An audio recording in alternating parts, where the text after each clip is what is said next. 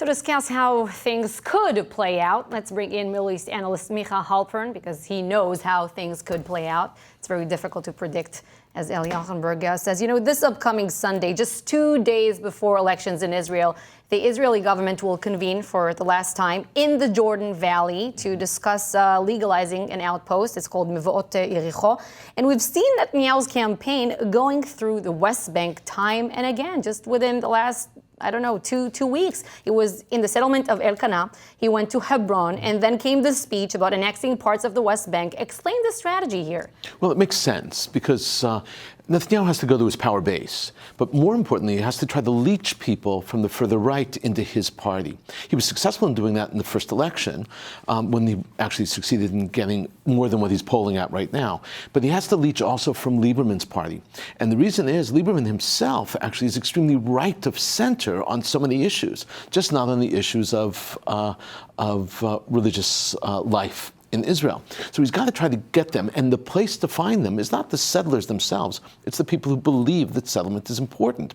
Settler community, and there's a voting community, is very small, but a lot of Israel actually supports that idea, and that's where he's going.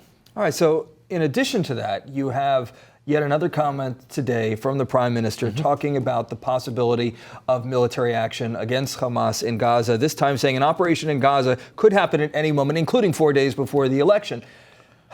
Does this show to you that the Prime Minister is in fact vulnerable going into this next election, that he's going back to the well, as it were, on this topic? He is certainly vulnerable. There is not going to be a war between now and Tuesday.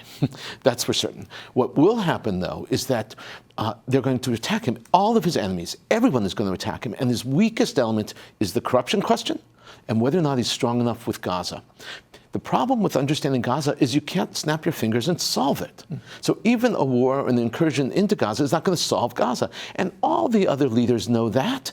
They're just positioning themselves by attacking Netanyahu. He is vulnerable. There's no question about it. Those are the two major elements where people are questioning. If I'm trying to compare between this election period, the crunch time right before the vote, and right now in September and back in April when I was in Israel, then one thing that's really very, very different is that all the party heads are now saying what they're going to do or what they intend to do. I don't know if we can take their word right now or not. After the elections, once the coalition talks start, do you think we can really, the Israeli voters, can really trust their words? Like Gantz, for example, saying he won't sit with the Haredi parties, or Lieberman saying he only wants a secular unity government and nothing else. No, the reality is once you're in position, all the promises that you made, or all the statements you made, even if they weren't, go out the window, because the reality is that practicality takes place. It's not ideology anymore. They're not platforms anymore. Practical means you've got to learn to work together. This is the biggest element with regard to Lieberman. Lieberman is trying to put obstacles to working together, specifically creating a narrow government as opposed to a broad government with two largest parties. The polls themselves, though, are a big question mark, and I emphasize this.